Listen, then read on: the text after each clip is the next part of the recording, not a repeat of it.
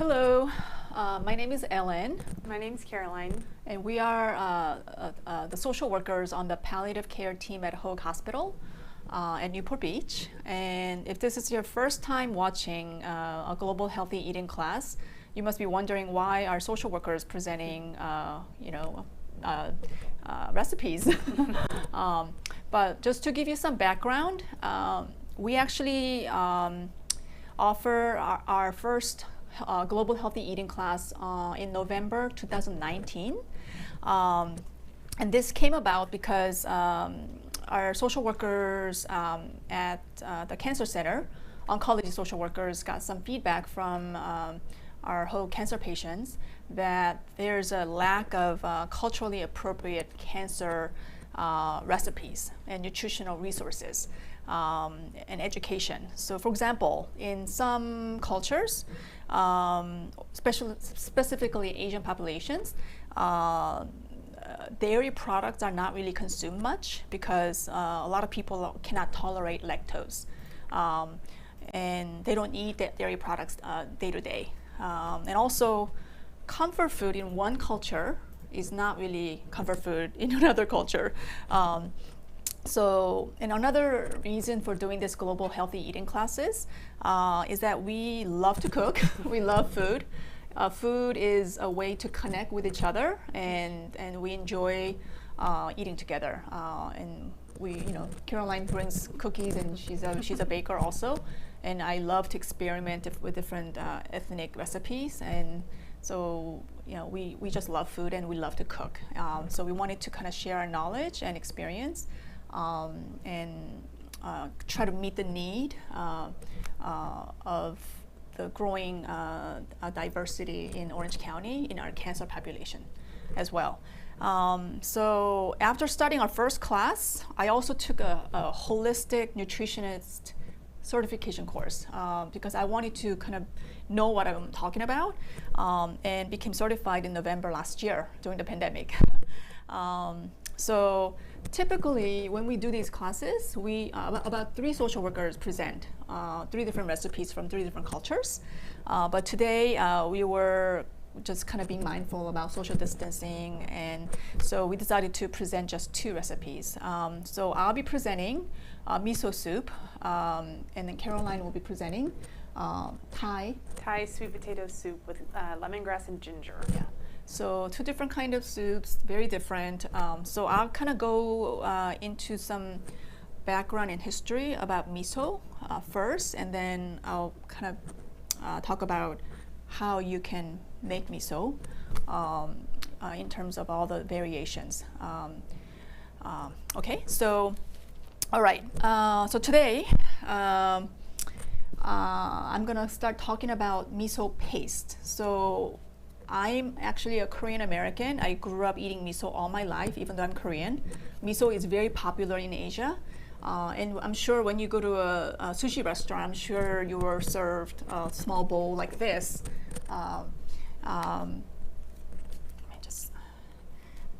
Sometimes without a lid sometimes, but usually it's a lacquered bowl, kind of black and red.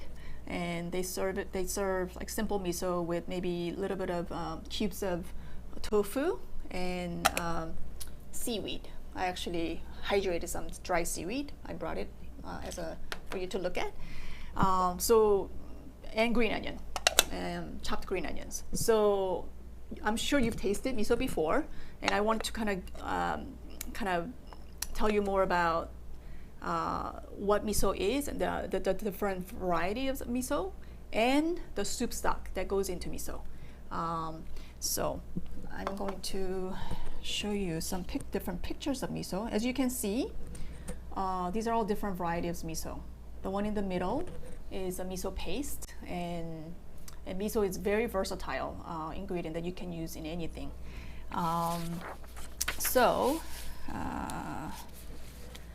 Okay, but before we go into miso, I want to make sure that we address some of your concerns about soy, because when we put together these classes, we always have our registered dietitian, Jessica Tamashiro, review our recipes, make sure that this is kind of appropriate and and she actually gave me some feedback in terms of how cancer patients are concerned about the soy in miso. Because soy has a lot of estrogen, some cancer patients are afraid that by consuming soy products, it might actually cause recurrence or cause cancer. But she reassured me that soy has been shown to be protective against cancer through research. And even with estrogen-sensitive breast cancer, 1 or 2 servings a day has been shown to be safe. As long as you don't, consume too much, it's safe. And 1 serving of soy food a day is shown to make the PSA rise at a slower rate for prostate cancer in men. So there are a lot of benefits of soy, which is the main ingredient for miso soup. Okay, so let's kind of look at the history of miso. So you might be surprised, but when I did some research on miso, which is basically a Japanese fermented soybean paste, going back to 7th century during the Heian period, this was about 600-700 AD in Japan. So miso was considered a luxury item and a very valuable commodity. But even before this introduction of miso in Japan, the research tells me that the first miso or the fermented soy paste actually was originated in China about 3rd century BC, and it was called hishio. But as you know, miso has been gaining worldwide interest and is used both in traditional and modern cooking. And I'm sure you've seen, on Food Network or on cooking shows that the chefs actually use miso. It's especially popular, I found, among the vegan and plant-based diet community, because soy is made of soy is actually a big source of protein, and adds a lot of flavor to the dish, and so vegans or people who are only on plant-based diet, they really consume a lot of soy miso. And it can be, so the versatility of miso is so huge that it can be made into anything, like soups. For example, like I'm introducing miso soup today, but it can also be made into glazes on eggplants or corn, on many different vegetables, and marinades to marinate meat.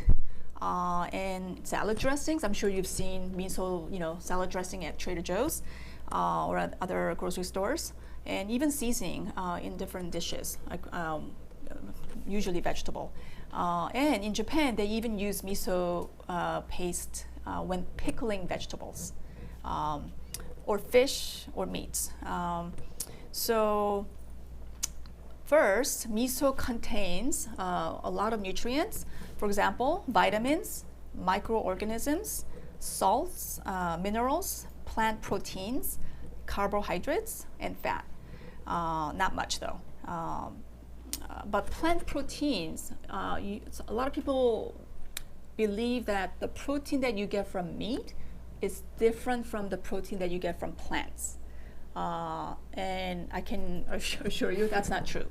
So the protein that you get from plants is actually the same proteins that you can get from meat. So you don't really have to consume meat just to get the protein intake. And then miso is usually fermented in cedar wood kegs for about 6 months to 5 years. And the original miso or fermented soybeans is thought to have,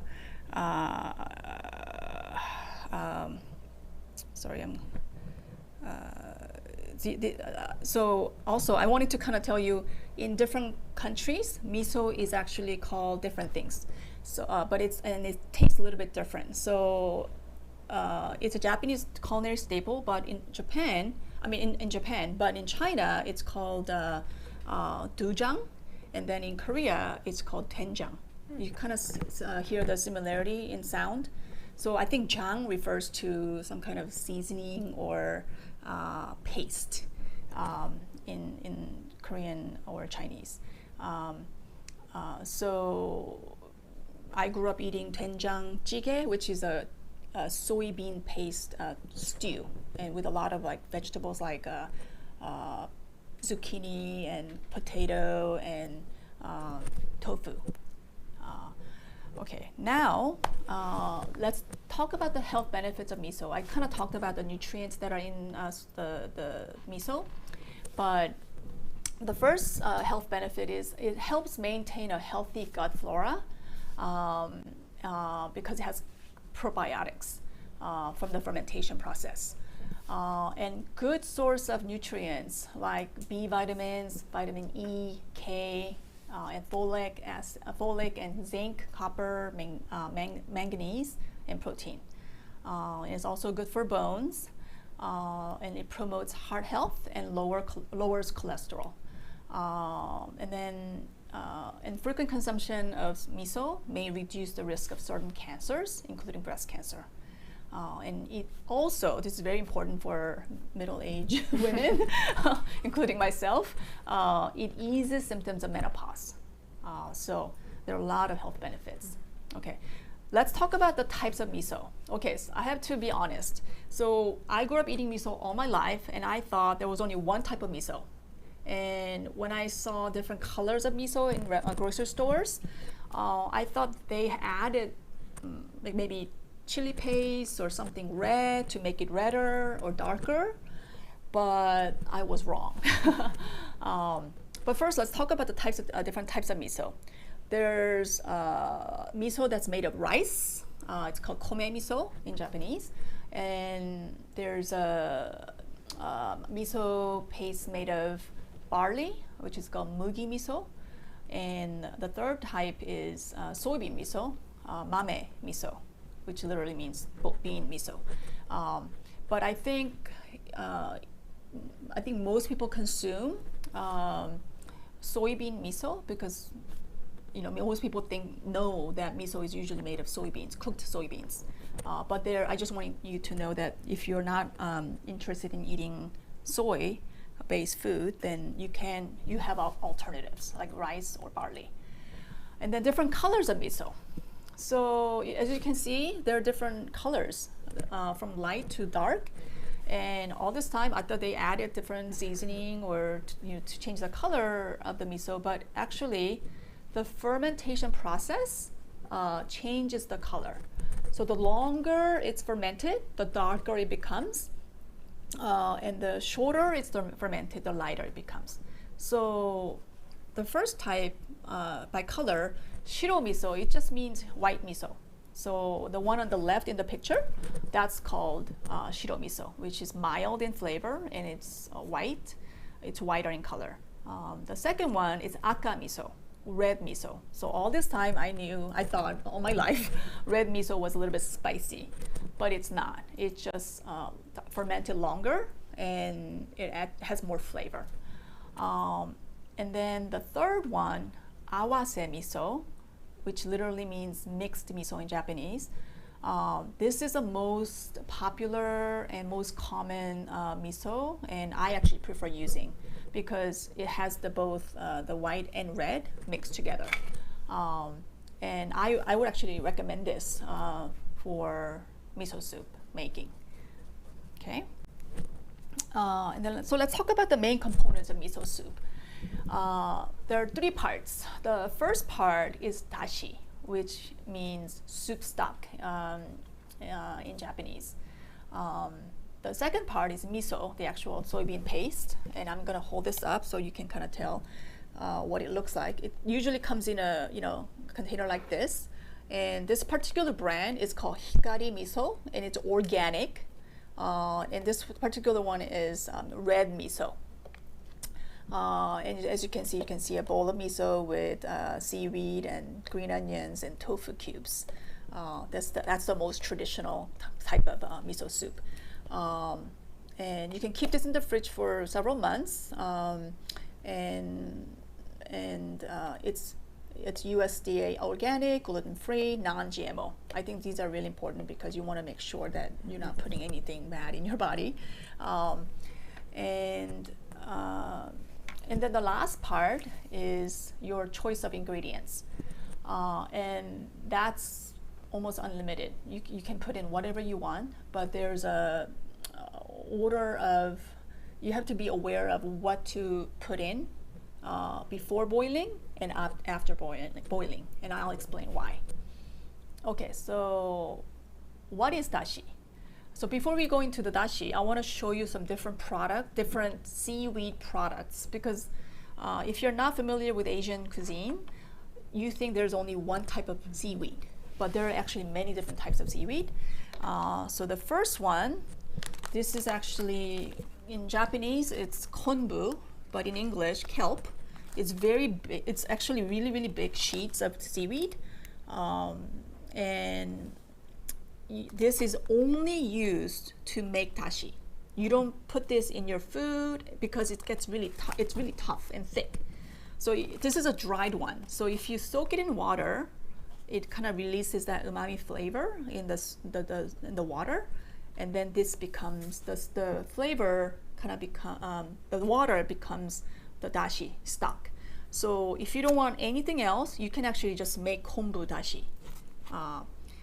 But typically when you make miso soup, you use the traditional Japanese dashi, which is made of the things that are you're seeing on the screen. So I forgot to bring the shiitake mushrooms, but the mushrooms on the right next to the kelp in the picture, those are dried shiitake mushrooms. They don't recommend using fresh because when you dry them and when you soak them in water, the color and the flavor that's released from the dried shiitake mushrooms can be used to add more flavor to the stock. So usually you put this in kind of cold water and start, have the water boil slowly, and then when the water's boiling, and you can add the mushrooms too. And when the water is boiling, this is not a type of seaweed, but it's a katsuobushi, which is shaved bonito flakes. So you put a handful of bonito flakes in the water when it's boiling, and then when it sinks to the bottom, then you take out everything. So if you're using this and the shiitake mushrooms, that can make a dashi stock. Sometimes people might want to use the iriko, the dried baby anchovies, that has a little bit of different flavor, but I think it's richer, so you can use that too. So kelp, the dried anchovies together, and then you can make the dashi. But this is a very complicated process. So my recommendation is that you either buy, if you look at your handout, you might see some pictures of the dashi granules and dashi packets. So the dashi packets are, I'm going to show you. This is a Shimada, Shimaya brand. You can find this in any Asian grocery stores. Before I forget, I want to tell you that these Asian ingredients can be found at Japanese markets like Mitsuwa in Irvine and Costa Mesa, Mitsuwa, or Tokyo Central in Costa Mesa or in Yorba Linda, and then also H Mart in Irvine, and I believe there's one in Fullerton. They're everywhere. So H Mart, Mitsuwa, Tokyo Central. H Mart is Korean, but they sell all kinds of Asian products, and then Mitsuwa and Tokyo Central are Japanese markets. So you can find this easily in any of the stores. So this is a dashi packet granules. So you just rip it off. And then this is all natural, so they didn't add any MSG. The miso soups that you get in restaurants, they use what they call hondashi, which has MSG in it. So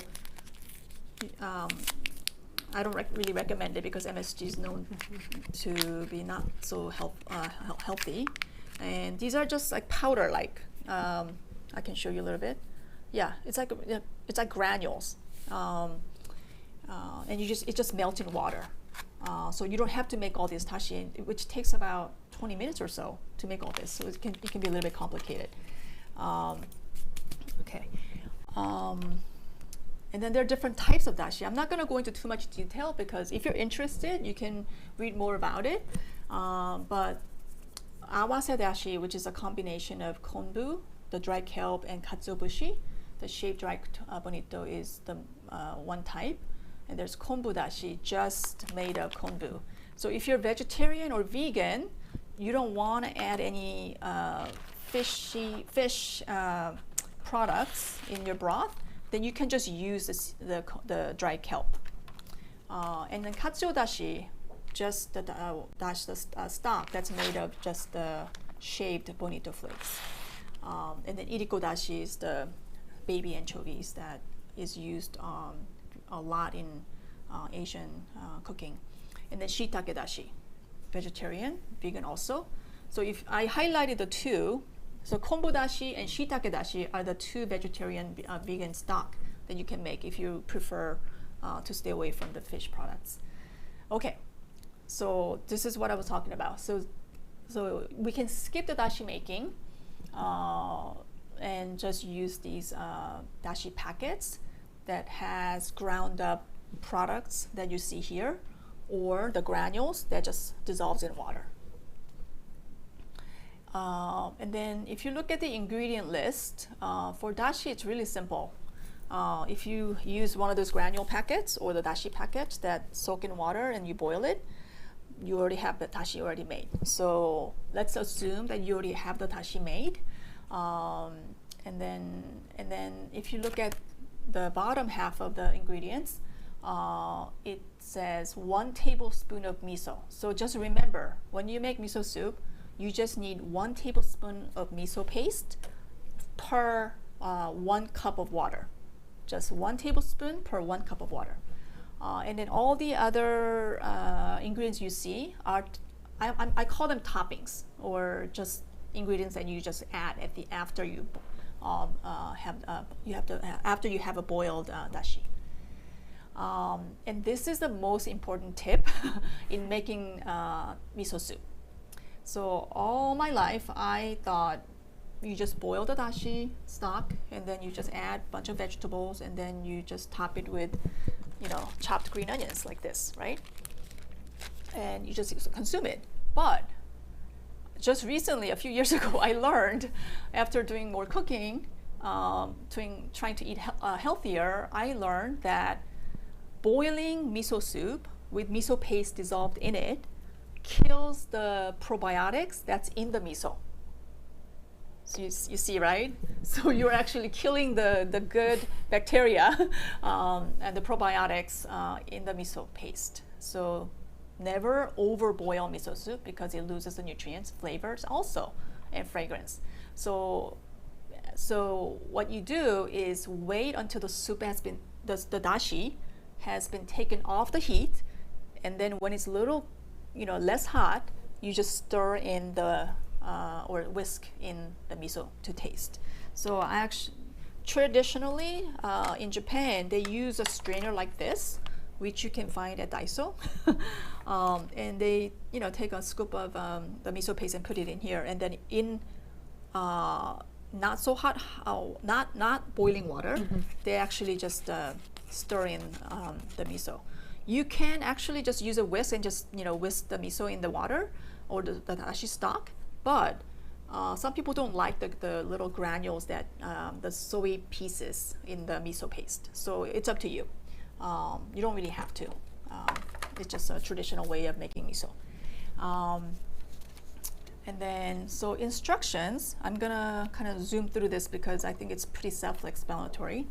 So you add the dashi to a pot, and you add the dense ingredients, the hard vegetables, typically root vegetables.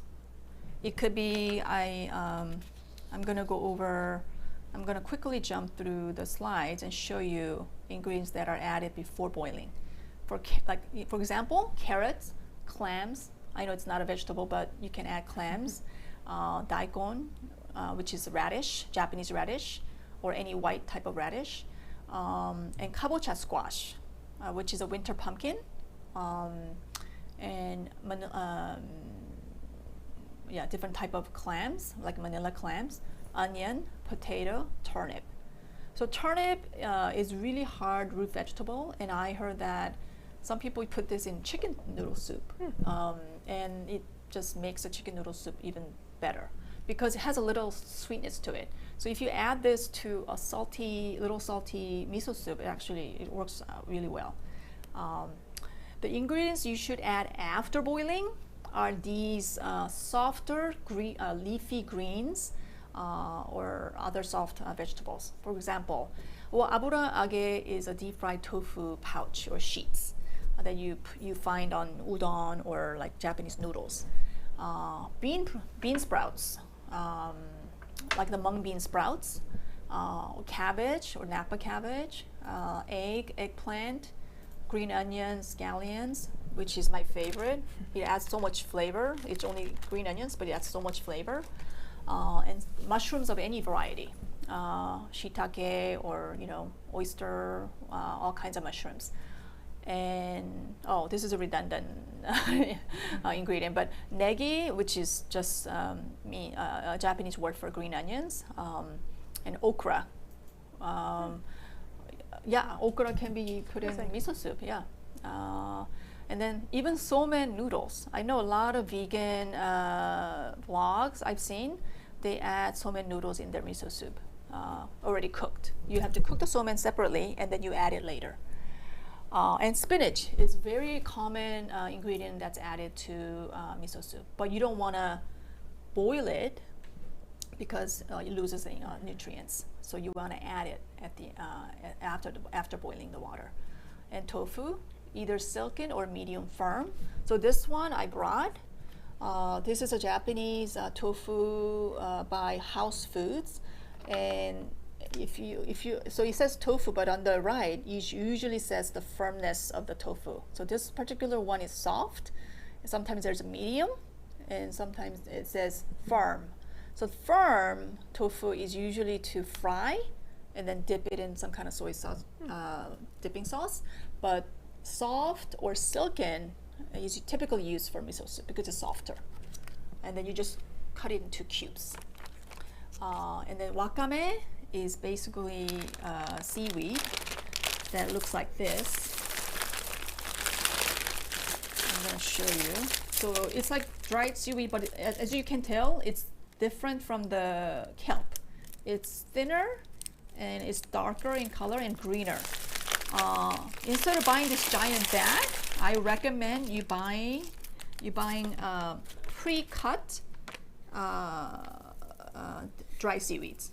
So in Japanese it's called wakame, in Korean it's called miyeok, but they sell pre-cut seaweed. Some people might want to add this different type of seaweed, which is called hijiki. It says dried seaweed, but hijiki is a different type of sea vegetable that doesn't look that appetizing when you put it in food because it's black and it kind of looks like worm. But it has so much fiber and a lot of just good nutrients. I heard it's really good it's really good for healthy looking hair and skin. So it's known to for the health benefits and the beauty benefits. So you can add this too if you like. But most people use this to most people soak this in water and then they add it to salads, like edamame, like the bean salads that Japanese people eat a lot. So these are the ingredients that you should consider putting in before and after boiling. So if I want to go back to the instructions, so before you bring the dashi to a boil, you put all the hard vegetables, and then add the quick cooking ingredients, softer vegetables after boiling, and then take the pot off the heat, and then you mix in the miso. Again, never overboil, and then you add tofu. You're not supposed to cook tofu. Tofu is already cooked, so you're actually cooking it. You're actually warming it up in the hot water, and then at the end you add the pre-soaked. So I actually soaked this pre-cut seaweed. So it looks very small if you just pick it up, but when you soak it, it actually expands like 10 times, and it becomes these little pieces of seaweed. It's kind of slimy, but it's really healthy for you, so it has no fat. So you add green onions and the seaweed at the end, and that's it. So when you drink the miso, you pour it into a bowl like this, or any bowl. And then most people think that you're supposed to use a spoon to drink miso, but actually in Japan, traditionally, if you're interested in traditional methods, they just stir the miso, because the miso paste actually sinks to the bottom. So you just stir it so that everything kind of floats, and then you drink it. Yeah. And typically most miso bowls, you don't really need the lid, but this is how you're supposed to consume it. Okay. All right. I think that's it. Yep. So, alrighty. I hope you enjoy it. It's delicious.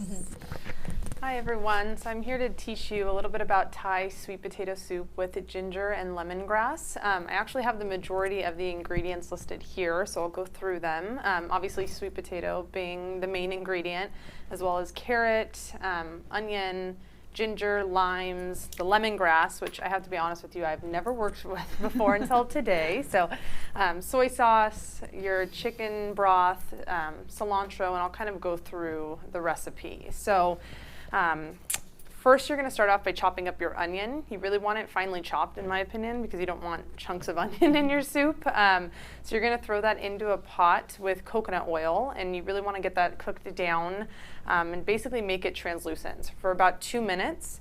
And then you're going to add your ginger here, as well as your garlic, your lemongrass, and your chili, which are down here.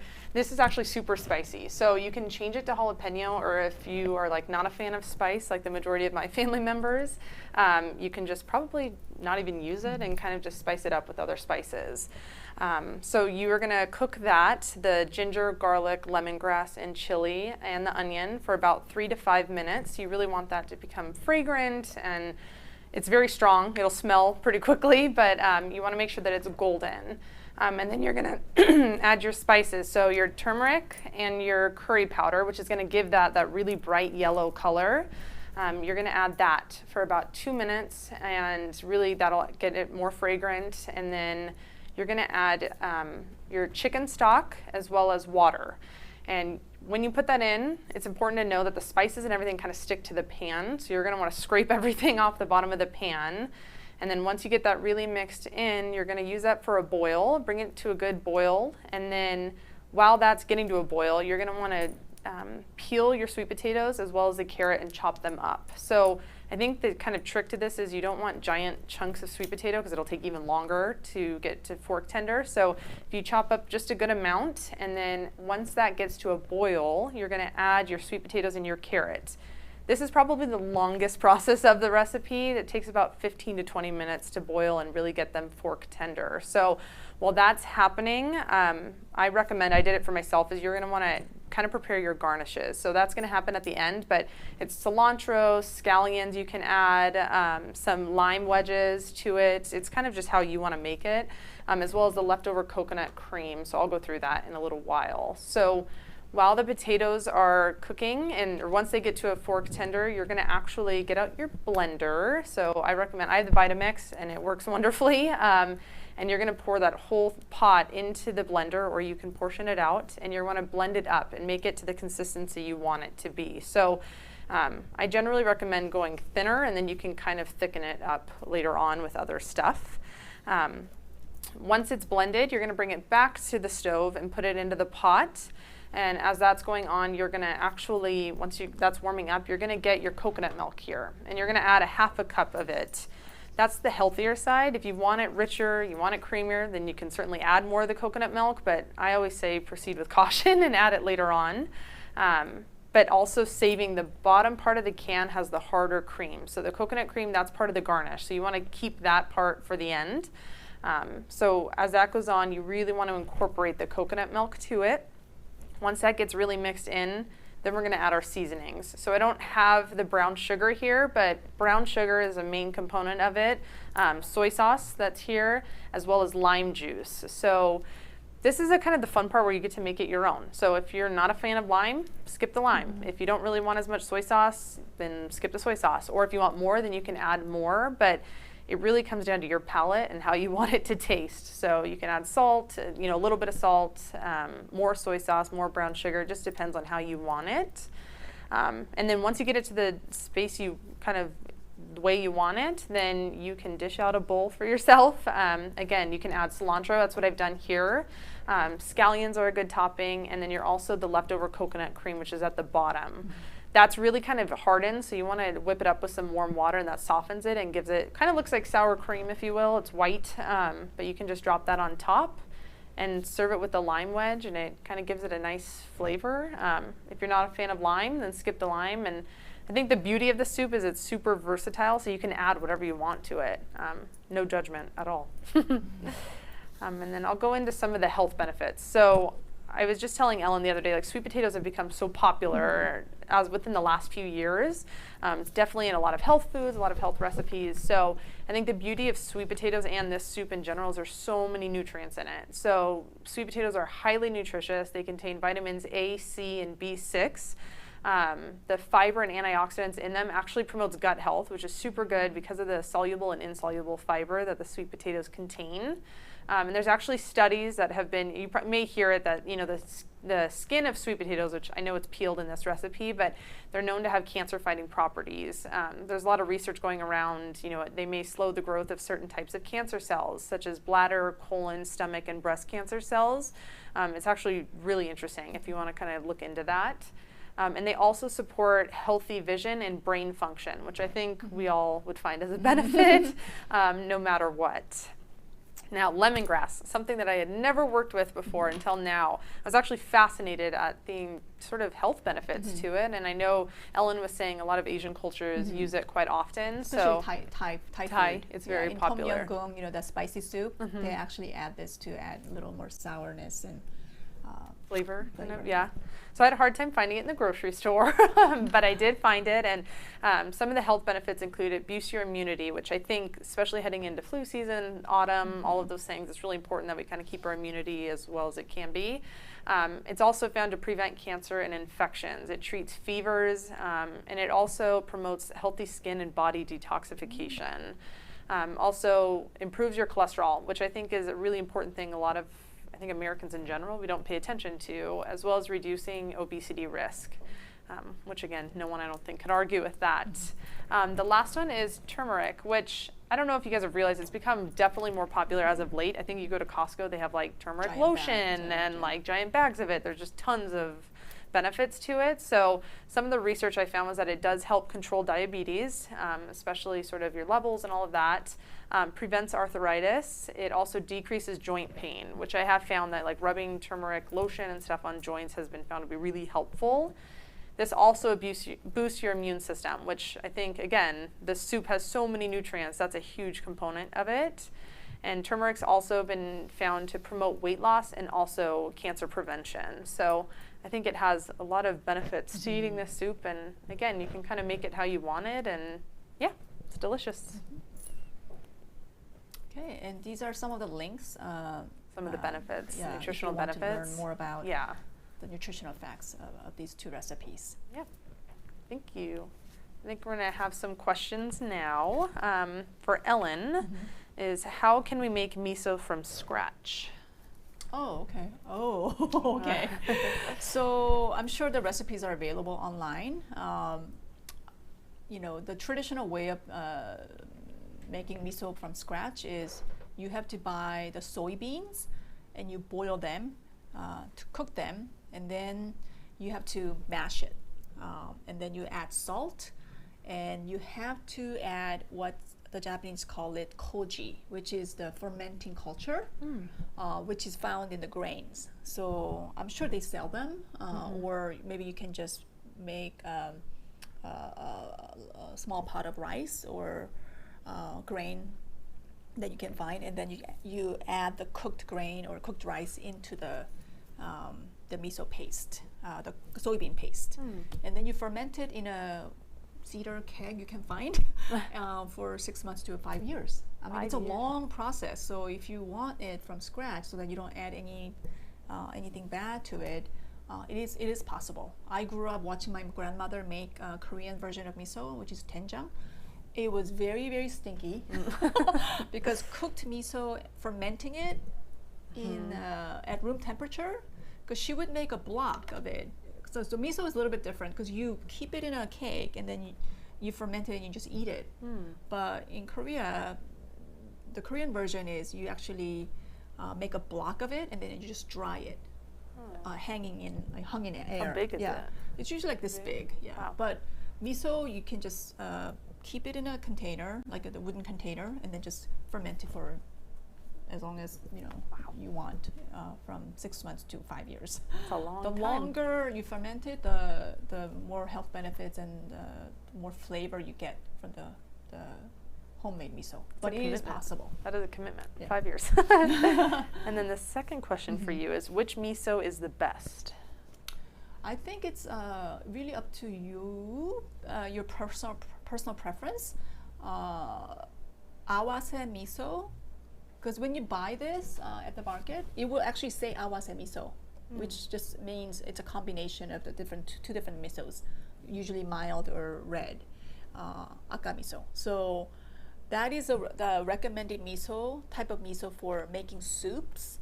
But actually that's my favorite because it's not too strong, not too mild. It's like right in the middle, and it goes well with all the ingredients that you add to the miso soup. So my recommendation would be awase miso, which is a combination. But some people might like red miso better because it's darker in color and has like more flavor. Yeah. But maybe they use this for pickling or marinating meat or fish. Yeah. Is it generally in the refrigerated section or in Yeah, the it's shelf? usually in the refrigerated section. I believe like next to tofu. Oh, okay. And yeah, I mean, when you go to all these markets, they have a whole section filled with all the different types of miso. Interesting. But look for organic, gluten-free. I mean, it is of course gluten-free because it's made of beans or grains, non-GMO.